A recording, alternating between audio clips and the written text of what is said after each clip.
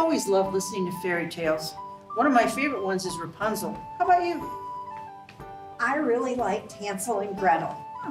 Hey, did you know that the Brothers Grimm wrote 210 fairy tales? Oh. And here to share one of his favorites is Eric Mortensen with The Fox and the Horse. I chose the fairy tale because I was looking through the Grimm's Brothers fairy tales anyway to figure out a play I could write for our family to do a show for. And I thought, these would be good to do a dramatic reading from. But I like the one I chose because of all the different characters in it. And I really enjoyed being able to come up with those different characters and little voices for each of those characters.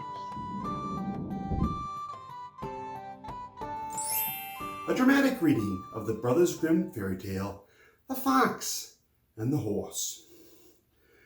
A farmer had a faithful horse that had grown old and could no longer do his work.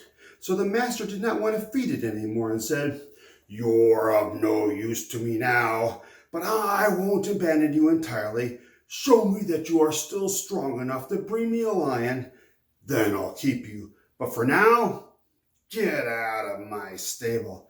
And he chased the horse out into the open field. The horse was sad about this, and he went into the forest to seek a little shelter from the weather. There he met a fox who asked, "Why are you hanging your head about and moping about all by yourself?" "Oh," answered the horse, "greed and loyalty cannot live side by side in the same house. My master has forgotten how much work I've done to him over the years, and since I can no longer plow properly, he won't feed me, and he's chased me away." "Without a word of consolation?" The consolation was meager. He only told me that if I was still strong enough to bring him a lion, he would keep me.